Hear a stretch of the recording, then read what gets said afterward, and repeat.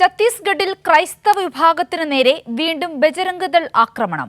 ദുർഗിലെ പ്രാർത്ഥനാ ചടങ്ങിനിടെ പാസ്റ്ററെ മർദ്ദിച്ചു.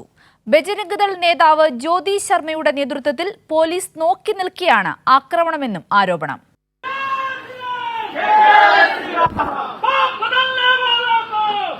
ഞായറാഴ്ച നടക്കുന്ന പതിവ് പ്രാർത്ഥനയ്ക്കിടെയാണ് ബജരംഗ് ദൾ ആക്രമണമുണ്ടായത്.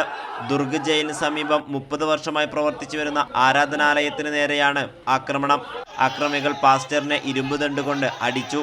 ആക്രമണത്തിൽ ജോൺനാഥൻ എന്ന പാസ്റ്റർക്ക് ഗുരുതരമായി പരിക്കേറ്റതായാണ് വിവരം. മതപരിവർത്തനം ആരോപിച്ചായിരുന്നു ആക്രമണം.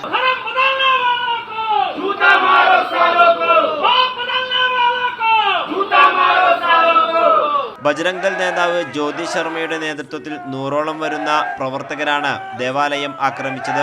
നേരത്തെ മലയാളി കന്യാസ്ത്രീകളെ ആക്രമിച്ചതും ജ്യോതി ശർമ്മയുടെ നേതൃത്വത്തിലുള്ള സംഘമായിരുന്നു.